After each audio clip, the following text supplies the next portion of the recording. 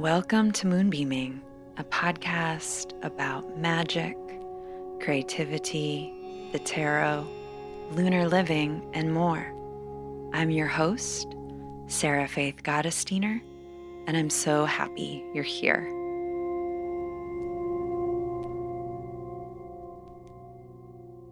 Hello, babes, and welcome back.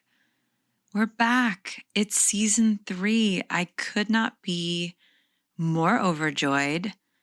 If you're just tuning in, I'm Sarah Faith Gottesdiener, an artist and designer. I've been a professional tarot reader. I'm a psychic for over a decade. I run a business called Modern Women. I wrote the Moon Book, and I'm really excited to be here. Just like you, I do lots of things. Personally, I love marrying the magical with the practical, and this podcast provides a place for me to do so. We talk about archetypes, magic, lunar living. We talk about healing, art, more. This is for the critical witch. This is for the creative person. This is for the sensitives. This is for the brilliant people. If this is your first time listening, welcome. And if this is like your 40th time listening, thank you so much. If you are a Patreon supporter, especially, I'm just so grateful for you all for supporting this show and my work. This is how I can make this happen. This show, this podcast you're listening to right now would not exist without the lovely people who are supporting me at my Patreon. I'm able to pay folks. I'm also able now for the first time this season to give our guests an honorarium, something that not most podcasts, is that a right word? I'm tired. Something that I don't think a lot of podcasts do, but I believe they should. And this is all because of you. And if you'd like to join the Patreon, you can click the link in the show notes. You get so much besides the beautiful, warm, fuzzy feeling of knowing you're supporting Moonbeaming. You get extra episodes, guides, tarot spreads that are completely exclusive, and more. It's a lovely place filled with lovely, lovely people. The other thing I want to call out that I'm really excited about is this is the 1-year mark anniversary of Moonbeaming, just a little bit over, but I want to honor that. I really believe in honoring time markers. I really believe in honoring milestones, and I want to celebrate because 1 year of any project, in my little humble opinion, is a really important milestone. And it's really cool that we were able to do this. It was really cool that we were able to keep going for over a year. And so much of that, of course, is thanks to all of you. I also wanted to share some thoughts around this project as I was reflecting that I've been doing this for over a year, and maybe it will inspire you, or maybe it will give you something to think about or give you a little nudge around some of the projects you want to put out, because we need self-trust, we need self-consent, and it's so important to trust our intuition. And so I wanted to share, it was about, I think it was springtime in 2020, where I first started getting messages from source, spirit, my intuition, whatever you want to call it. That's when it started kind of bubbling up. And, for me personally, how I know these messages are from source, spirit, my future self. Again, I'll think of a great name, but just not today, my friends, just not today. Whenever I kind of know like what's going on here, is there's a couple ways I know. The first is they feel a little bit outside of me. They often feel like they've come out of nowhere, but they're very strong. They're strong enough that I can't ignore it. These messages often do not fit into my plans. They sure don't. They often are a right-hand turn, an off-ramp, a complication, something that maybe feels difficult, but they also feel powerful enough to pay attention to. Kind of like a tug from the universe. They feel greater than me. And there's a bit of mystery in there too. Like, I can't really imagine how I will do them or carry them out. And also, I don't necessarily see the end. There's no logical reason, and there's no like, this is how we cross the finish line, and this is exactly what we want to happen. Fireworks, balloons, whatever, like it's moderately nebulous. And now that I'm thinking about it, that's actually also how the Many Moons project came about. Many Moons was a project that started in 2015, very similarly to this. And now it is in the form of yearly planners. Our yearly planner is just about to come out. By the way, I'll talk a little bit more about that later on, but a lot of folks know me from that project. And when I began that, I had no idea what it was going to lead to. I had no idea what was going to happen. There wasn't an end goal. There wasn't a larger vision around the project other than the inspiration and the really strong need of the project, the really strong reasons that felt like so in alignment around the project. And honestly, if I had known what was going to happen with Many Moons, I probably would not have done it, because the project was awesome. It was wonderful. It was abundant. It was lovely. It connected me with so many incredible people. Some of my best friends, like to this day, so many magical people, such a huge, incredible, magical community that exists outside of dominant New Age culture. It was really, really healing for a lot of folks. I got a lot of incredible feedback. And I'm super, super grateful, like, to be so clear. If that is how you found my work and it helped you, I could not be more thrilled and honored to hear that, because certainly that was first and foremost a project of service, a project to offer up healing. And also, personally for me, it was really hard. It was really hard on a lot of levels. It got me known for something I didn't really want to be known for, TBH. It got me exposed in ways that weren't super enjoyable. I'm a very private person, believe it or not. And so there was that. And it brought up a bunch of my core wounds, like deep wounds. And I would even argue that some new ones got sort of opened up and got created.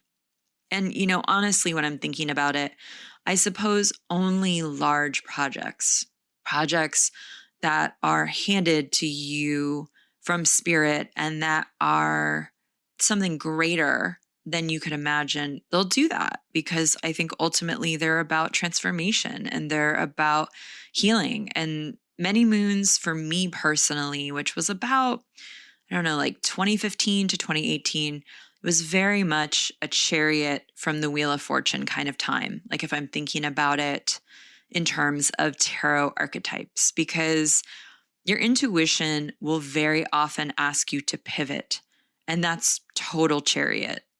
And Wheel of Fortune is the card of no promises, really.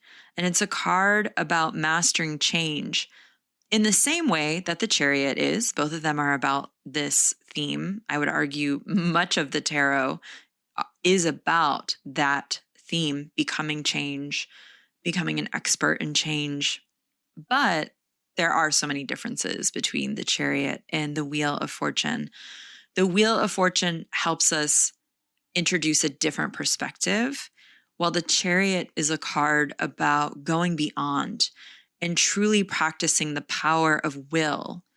And the Wheel of Fortune is when the universe enters the chat in a different way. It's like the universe has entered the chat, but you don't really know what's going to happen. And because we don't know what's going to happen, this reminds us in really wonderful and deeply humbling ways that you aren't in charge, babe. You are not in charge. So you better surrender where you can. You better figure out where your control is a trauma response. You better figure out what you are in charge of and be really clear about how you can center around that and align yourself with what is full of the most depth for you, so as to navigate through other cycles of change where bad, in quotes, bad things could feel good, and good things, putting this in quotes, could feel bad, right? Like that's so Wheel of Fortune. The great job that's like looks amazing on paper, but is really, really hard and you're working 90 hours a week. That's very Wheel of Fortune, very wait and see.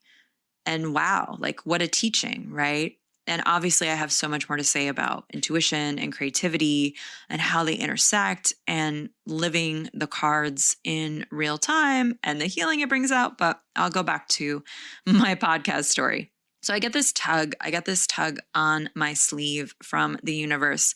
And I didn't want to do it. It's true. I didn't want to do it at first. I was strongly told to create the podcast in the spring of 2020. And I didn't do it. It was because I wasn't ready.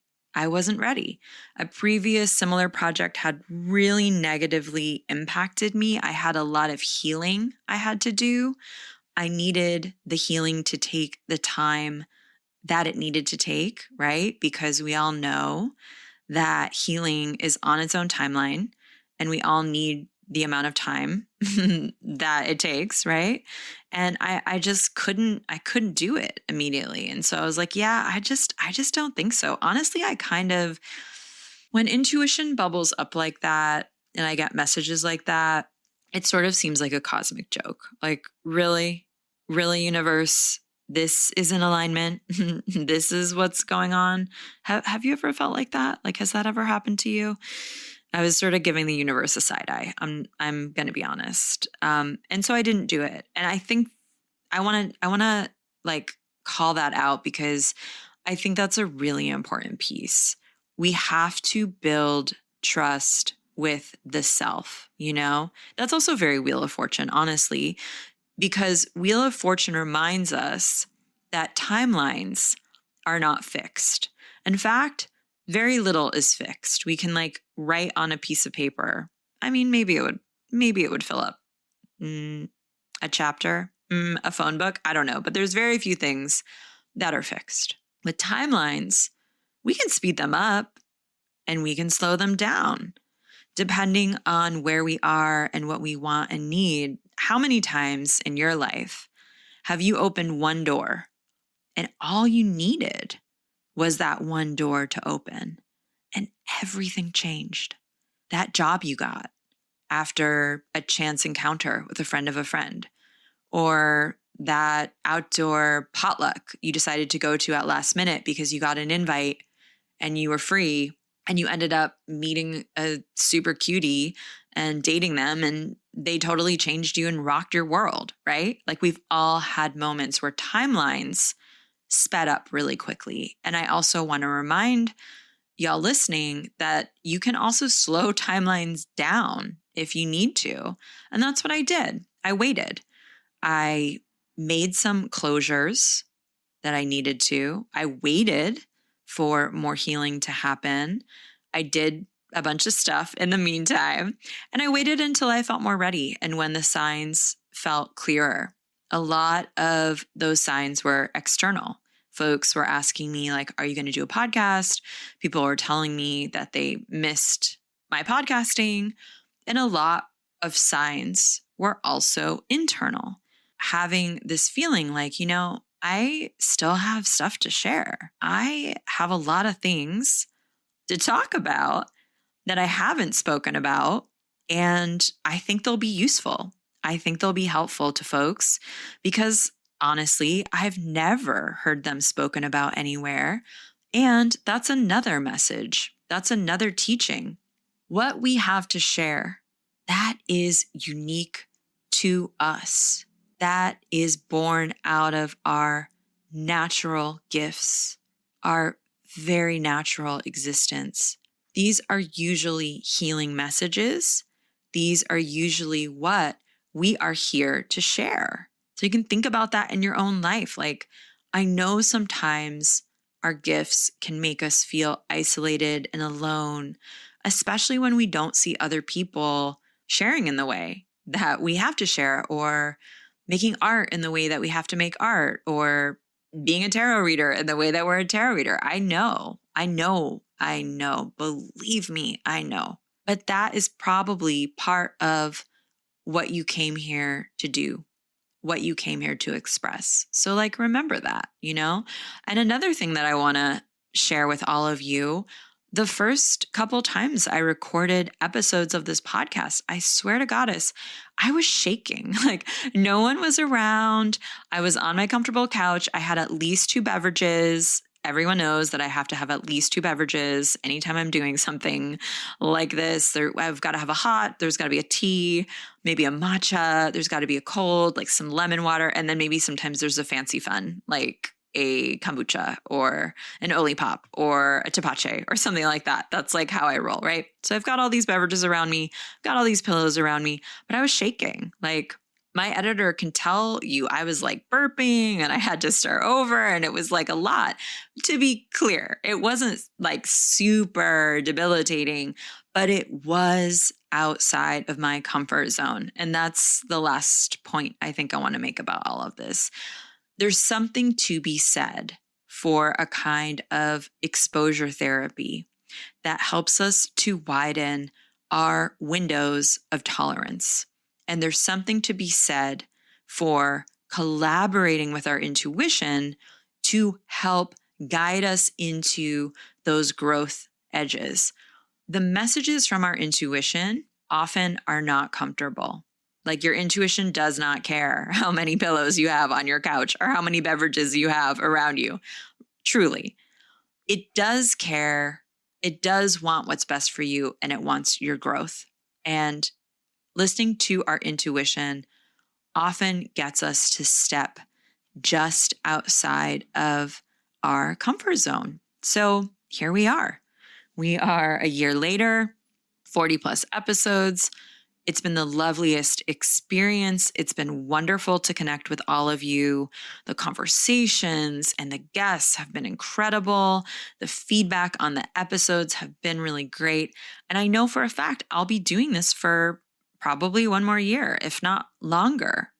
I'll check back in with you. Like, I'm getting messages about that too, but we're going to be here for a while. Don't you worry, because there's also a lot more I have to share. And as long as I feel like I want to keep sharing, as long as I have like a very, very, very long list of guests I want to talk to, I'll be here. Last but not least, I got to give a shout out. Let's shout it out. My break. Huge shout out, all caps, to breaks.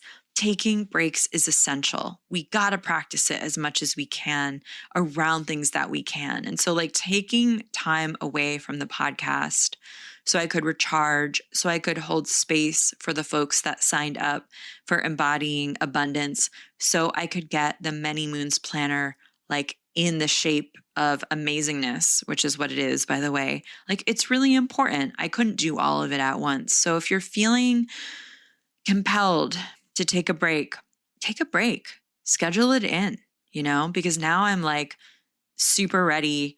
I'm really excited. I'm raring to go. I do not know where that term came from. It's very strange. Isn't that funny? Raring to go. I'll have to look it up later, but here I am. And we're going to have great, great conversations. I've already recorded 4 interviews of this season, and the guests are incredible. The conversations are rich and deep and real and funny and so educational. And I cannot wait for all of you to get the chance to hear these conversations, We're also going to do episodes on the tarot archetypes for y'all, some teaching episodes. I got feedback that folks really liked the deep dives into the tarot cards. So I'm absolutely going to get through all the fives in the minor arcana because we're in this 5-year, friends. We're still in it. And if the workshop I just gave on this subject is any indication, you're probably having some 5 moments this year. Anyone? Like five, feeling a little bit 5? And hopefully all of these episodes can offer up support because that's what I'm intending them to do. And we're starting with this episode. Hopefully this episode will offer up some support as well because it is about, drumroll please, Temperance. A card that is misunderstood, I have found. A card that is the teacher card of the Hierophant, which is our card of the year, and a really deep and rich card. It is my belief that this is the time of year that the lessons and the energies of the teacher card kick in, like in this last quarter. We have absolutely experienced the low lows and the high highs of the Hierophant. Boy, have we ever. Am I right? You're probably like, things aren't working in an area or 2 areas or 17 areas of your life. You are probably craving new systems and structures because the ones you've got are threadbare.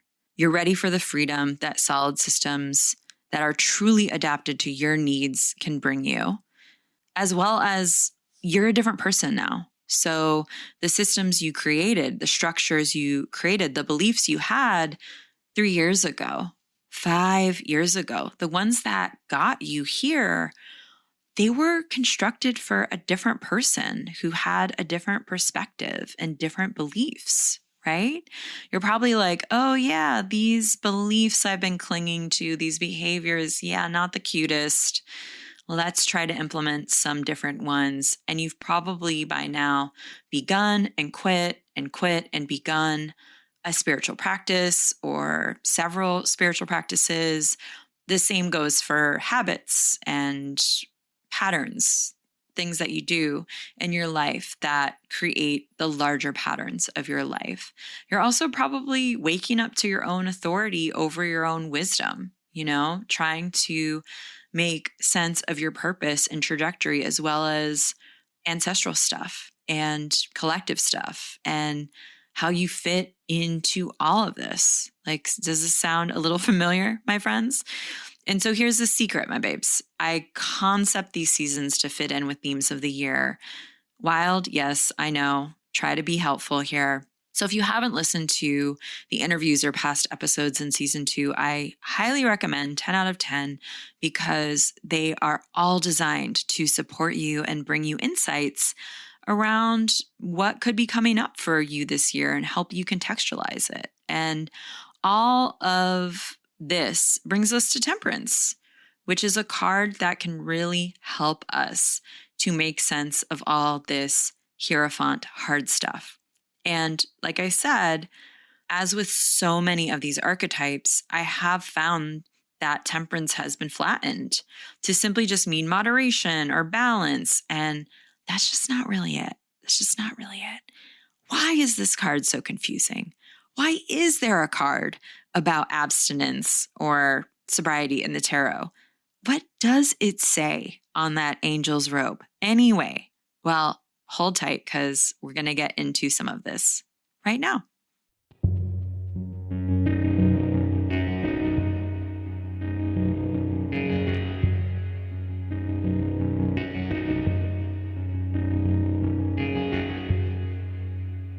I wanted to begin by briefly calling out the symbols, some of the symbols in the traditional Rider-Waite-Coleman-Smith card, because I really think it's important to take these into consideration when we are interpreting the card.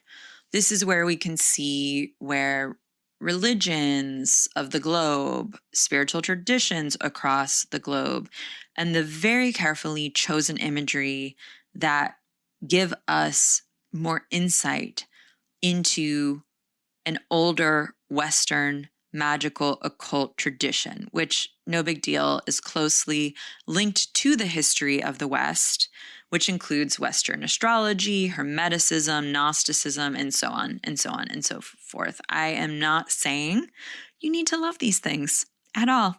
I'm just saying you got to be familiar with some of these. You got to be familiar with what makes up the imagery of the traditional deck that so many people work with. Again, you don't have to work with this deck. I do not, but you got to be familiar with it as far as I'm concerned if you're going to be a professional tarot reader. So we've got an angel. What is an angel? Front and center. Beautiful angel. An angel is a messenger. And this angel isn't in the heavens. They have come to earth. They appear to be balancing, walking on water and with one foot on the earth. And they are pouring water up into another beautiful chalice. There are 2 cups, and what they are doing appears to be impossible. And so this is like another idea of the card. And this is also a symbol of alchemy. Like we've got water into wine, raw metals into gold, pain into redemption. Like you get the idea, right? Choose your fighter, witches, right? Woven into the robe of the angel at the neckline is the tetragrammaton, which is the 4-letter Hebrew word for God. And there is also an upward facing triangle, which is the alchemical symbol for fire. And we also know, of course, fire is alchemy, passion, spirit, energy, life force. We also know that Mr. Waite assigned Sagittarius to be the astro sign that is associated with this card. I have read, I think it was Rachel Pollack, that posited that the angel is supposed to be Iris, whose sign is the rainbow. And we see irises. We see irises in the background. Iris was Zeus's messenger and would travel to the underworld to fill their cup with sacred water from the river of the underworld, which represents renewal and rebirth. I have also seen in places folks referring to this angel as Archangel Michael. I personally could also see this angel as being Lucifer because of the card that follows it. Duh, it's the devil. Like, this is not rocket science. At any rate, we've got an angel, and angels symbolize the universe. They symbolize spiritual beings serving as a divine messenger and intermediary. That's like a really big theme of this card. And often as a protector of an individual. Angels provide us with comfort. They inspire us. They give us faith and hope. And they help us look up, right? We are looking up, whether it's literally if we're trying to catch an angel, or if we get a message that helps us to open our eyes a little bit wider, to think of things we maybe hadn't thought of before. You know, the other last little part about the angel is I have heard in many places, I have no idea why the background of this statement, but I wanted to like share this because I found it interesting that this is like supposed to be an intersex or trans, perhaps, or non-binary angel. They are like theoretically the child of Hermes and Aphrodite. Again, I don't know where that comes from. I don't know what it's like. I'm assuming it was their way of symbolizing like integration or going beyond the binary. So I'm just going to call it a day and call this card queer as a $2 bill, right? Like there's some queerness happening here, right? And going a little bit deeper with the connections on the card, I wanted to start with that Hierophant connection because Temperance is the teacher card of Hierophant, and we have that religious kind of connection with the angel and beliefs and all of that jazz. And if you want to know more about teacher cards, I did do an episode on them last season, so please listen to that first if you want more information on that, but I'm going to get into it in a little bit here. And, you know, talking about what is the Hierophant's teacher card, talking about that is kind of meta. This is going to be sort of a meta episode in many ways. But one of the meanings of the Hierophant is that they are a teacher. So who is their teacher? Who is the teacher of the teachers? Serious question, really. It's not rhetorical. Is it life? Is it an intimacy of life? Is it a laying down of all pretense? Is it devotion, faith, belief that each day can be a benediction, a deepening that comes from opening up to possibility? Is it God or goddess or godex or source themselves, right? Temperance is alchemy. Temperance is art. It's the pot going into and out of the kiln. Alchemy is a process.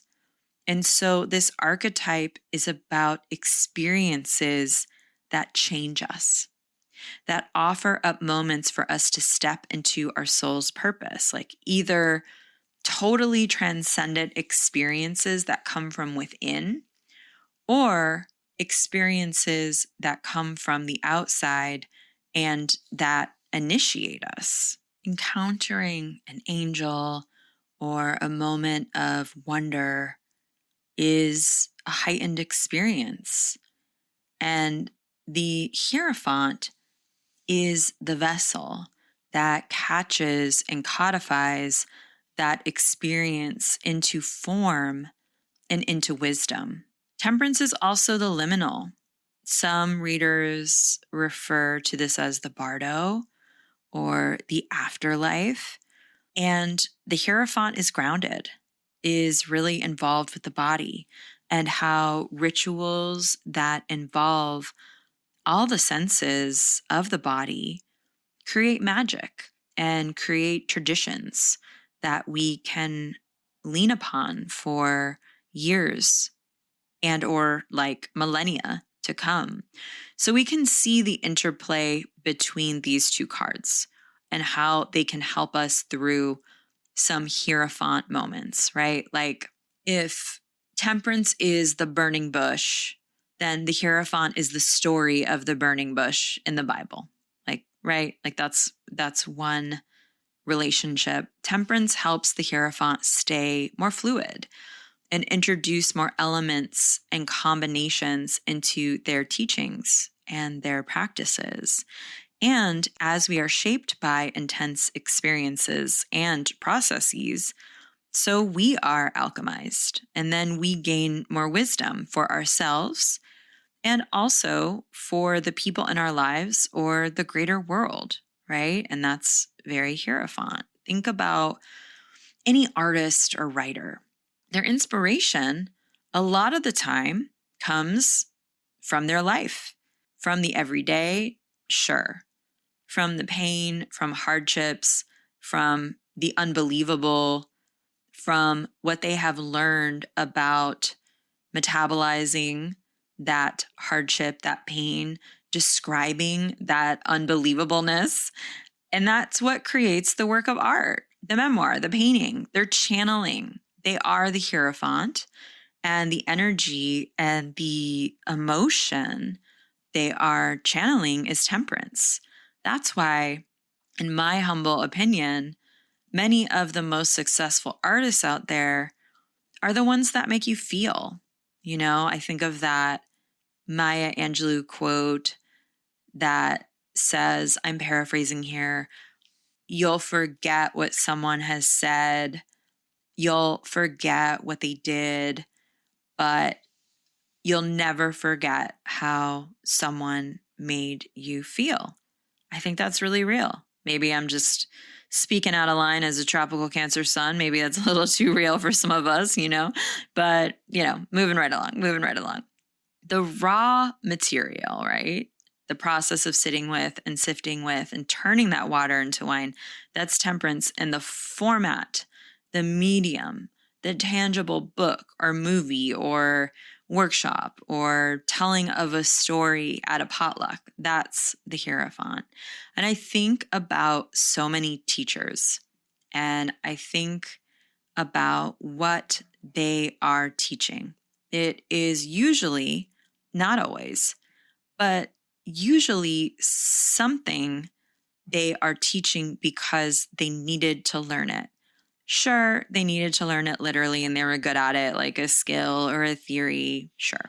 Sure, it's something they have to apply to their life. But what I'm getting at is oftentimes teachers teach what they need to learn in a much deeper, more spiritual way, in a way that is helping them heal, like learning how to love themselves or learning to fill their own cup. And that's why the greatest teachers aren't necessarily the ones who have the most original information, honestly, or maybe are even teachers in a traditional sense in a classroom, but they teach by being, they are embodied. They've embodied certain energies and certain lessons in a way that are beyond language or description or resumes, and solely into the realm of the divine, the energetic. And so these are just some of the ways that these two archetypes, the Hierophant and Temperance, connect. And I really wanted to bring this up also because, again, like, how can we bring the qualities of temperance into our lives now so that we might transform some of the more prickly Hierophant stuff that we've been dealing with head on in a lot of different ways? We can really lean into the energy of temperance from now until the end of the year, or obviously whenever we want or when we pull this card, to help restore us. Temperance says, expect miracles. Temperance says, listen and talk to angels. Temperance asks, is it time to try something different? What parts of your world feel ripe for alchemy, and what processes must you initiate now to facilitate change?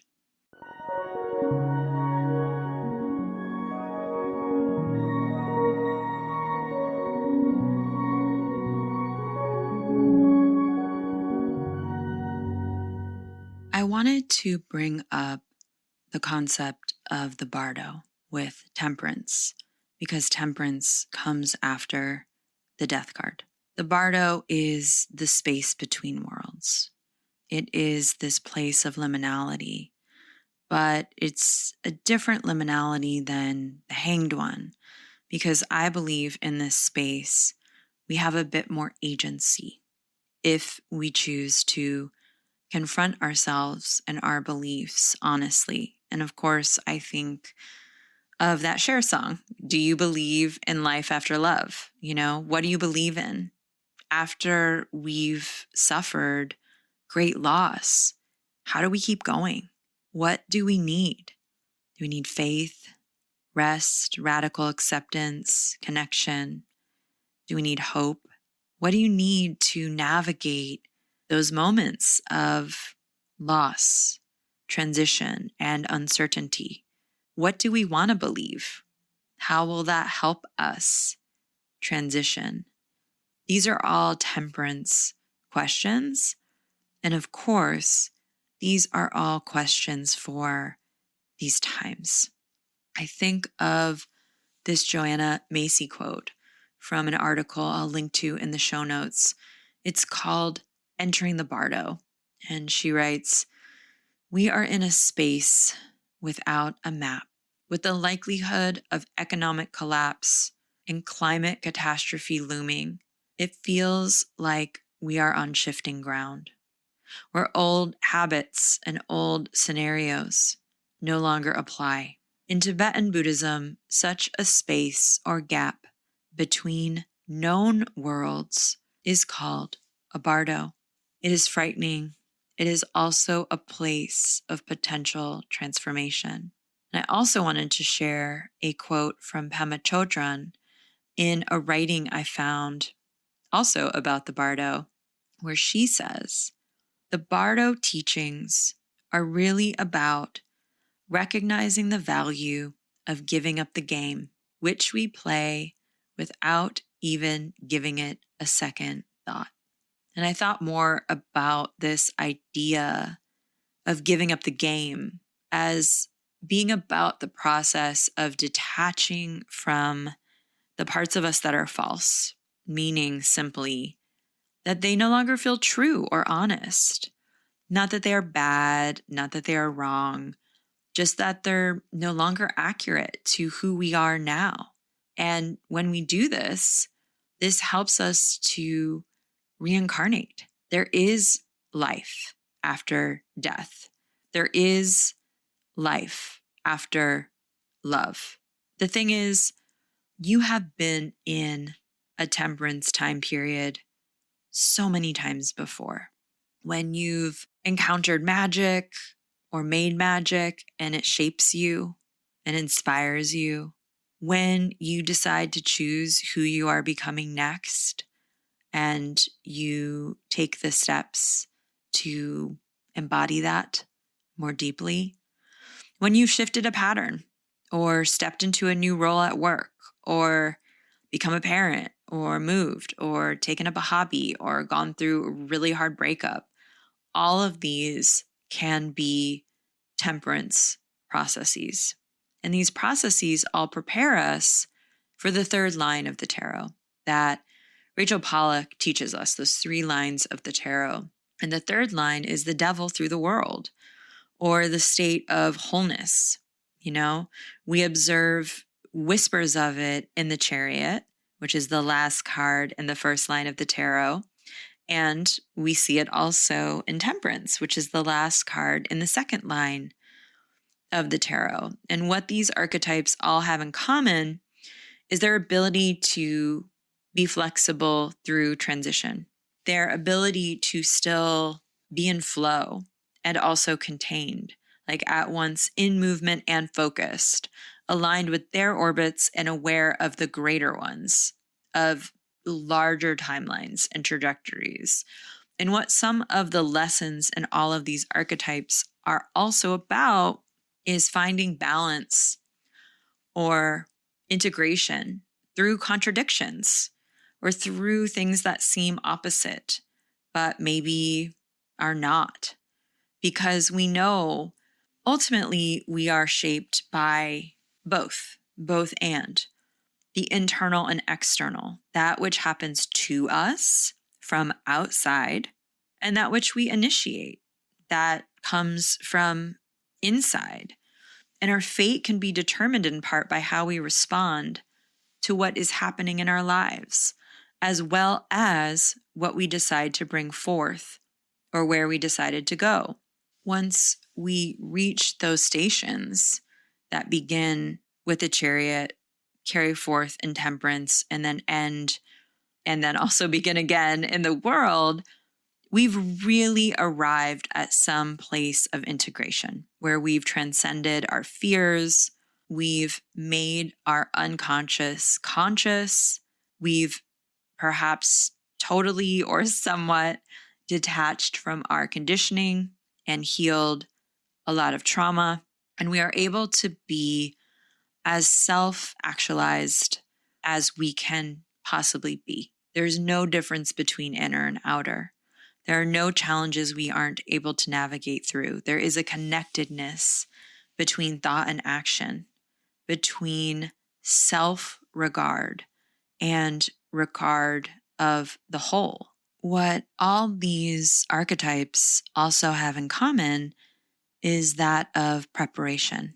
There is some form of preparation. They are going to be climbing another mountain or going to another horizon, so to speak. They are both ending a chapter and beginning another chapter. Some kind of achievement has been obtained. Some kind of level has been unlocked. I also think about that sentiment, making it look easy is hard work, like they are in the zone.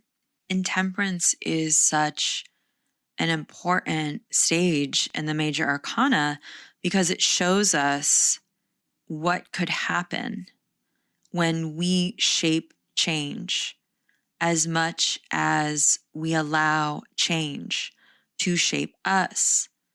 It is really this archetype about belonging to self, belonging to the world, being able to trust the universe enough to read signs, being able to believe that there are angels everywhere, being resourced enough to trust yourself to be in process. Like, when is the last time you let yourself be okay with being in process, with figuring it out through experimentation, with seeing how you are ready to change and grow without trying to force it?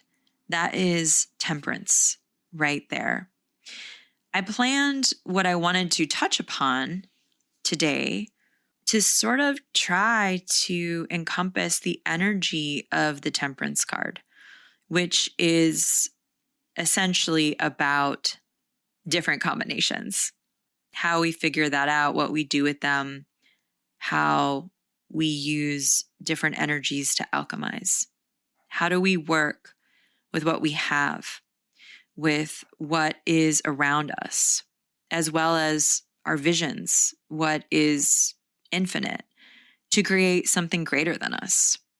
How do we metabolize challenges, betrayals, or create closure through a creative process, right? Like, what are the tools and techniques that will help us? I wanted to talk a little bit also about the interpretation that so many have for this card, which is based off this idea of moderation, because temperance is one of the virtues. And yes, that could be a message of this card. I also think, though, it's more about being careful about what you are refraining from and what you are replacing, as well as thinking really deep and really, really seriously about what you would need to do to trust yourself enough to make different decisions that are not in resistance to, that are not in defense of something you don't like or something that's been put upon you, but that are solely in the spirit of your thriving, of you experimenting with truly bringing some beliefs, some philosophies, some visions you've held onto and thought about and read about and talked about, and bringing them into praxis, bringing them into your daily life and into a place where you can wrap your hands around them, where they are holding you as much as you are holding them.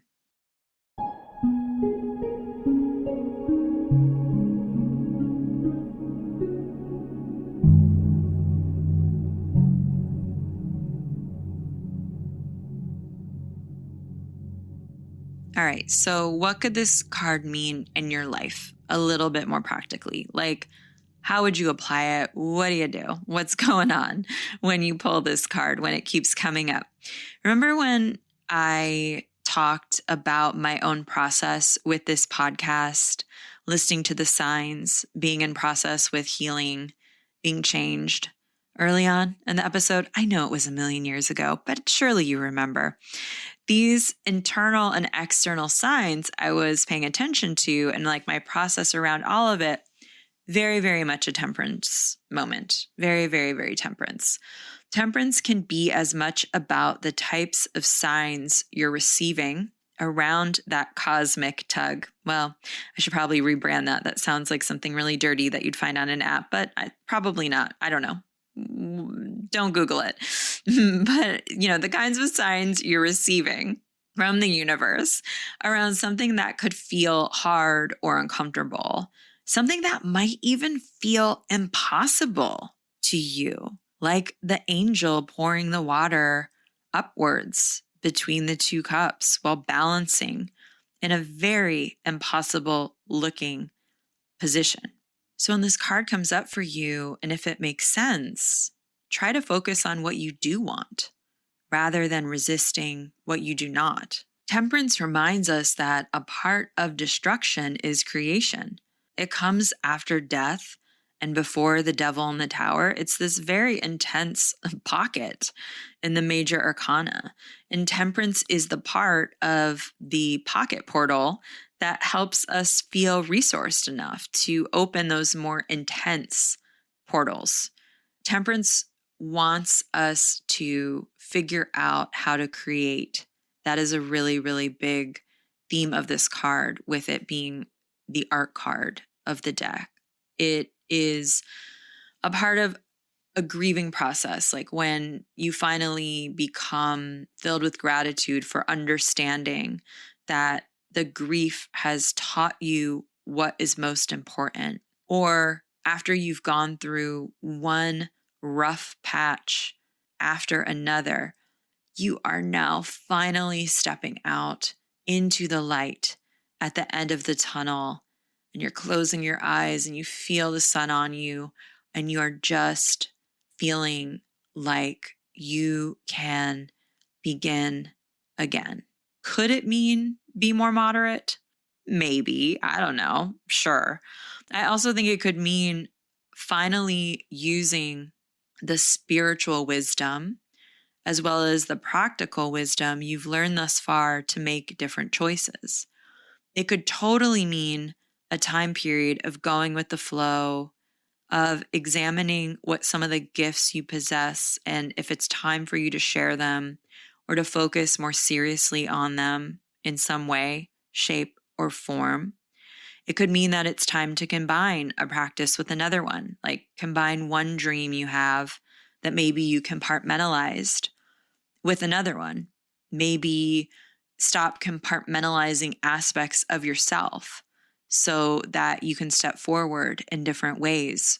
It is absolutely a message that there is hope, that there is support, that there is healing all around you, and that you are in this period of profound change. You're in a part of a process that comes after a big loss or a larger disappointment, and where it might be time to really instigate moving on, to really decide to move on and try to integrate and try to open up your life to another chapter, and that could look like anything.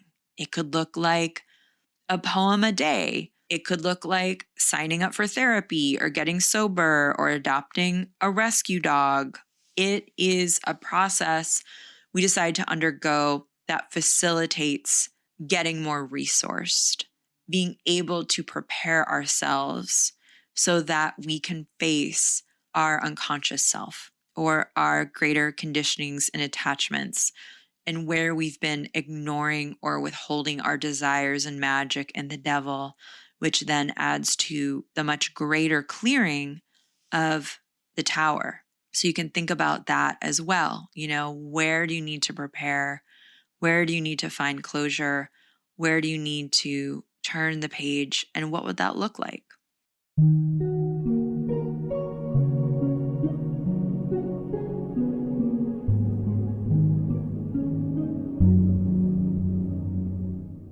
And of course, magically, this is a potent archetype. There are so many spells and rituals that involve cups, 2 cups, literally like pouring the water back and forth and back and forth. We've got the opportunity to call in angels. I always think of this Jewish protection prayer I recite just about every day that invokes the angels in my own practice. In my mind, angels are quite fierce, and they often help me do the impossible. They help me with cord-cutting rituals. They help me in situations where I need extra help on a level that is greater than calling a human friend. I need to call upon an angel friend.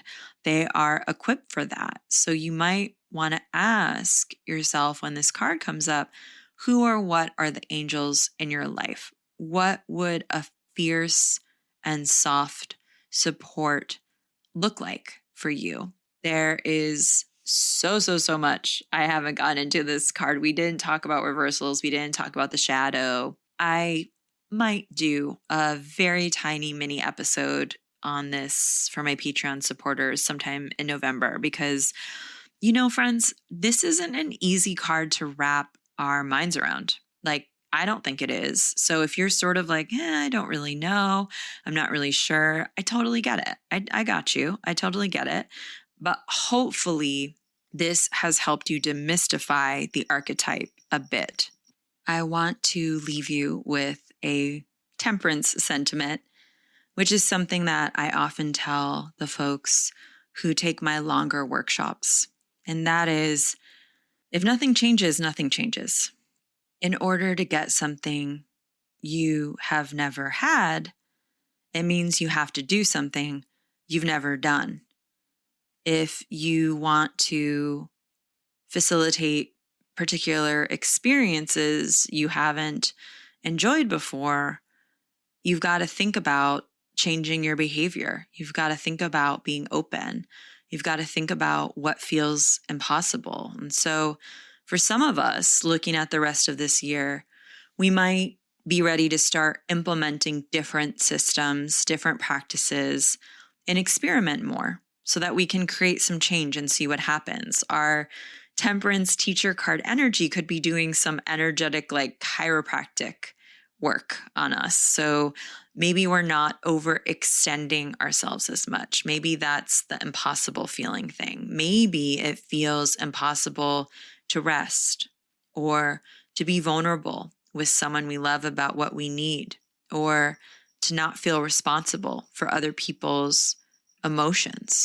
Maybe your temperance practice is leaning more into co-regulation with the elements, with trees, with the banks of a running river.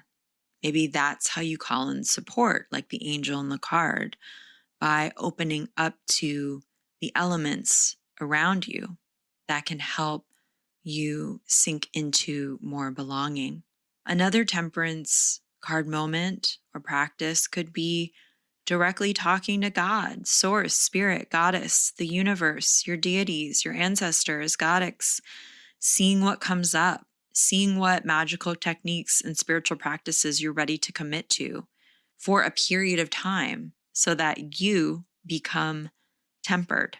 Gentle listeners, I'm going to gently encourage you to pick a system for your life that might be really useful to you, that might help you get somewhere you really want to go, or feel a kind of way you really want to feel. And in doing so, creating alchemy that takes your healing and your recovery into account.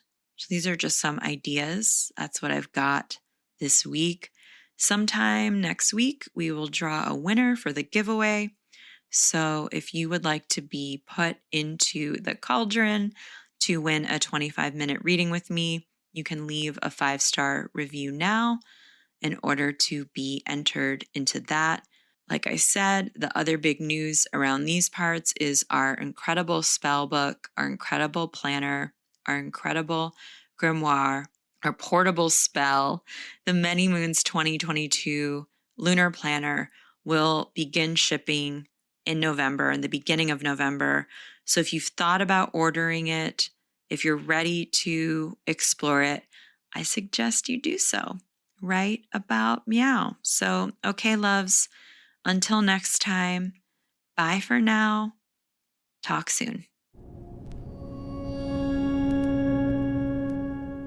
Moonbeaming is brought to you by the Moon Studio. We are created and hosted by Sarah Faith Gottesdiener. Editing is by Caitlin George Parker, and the sound is by Will Owen. Thank you for your support.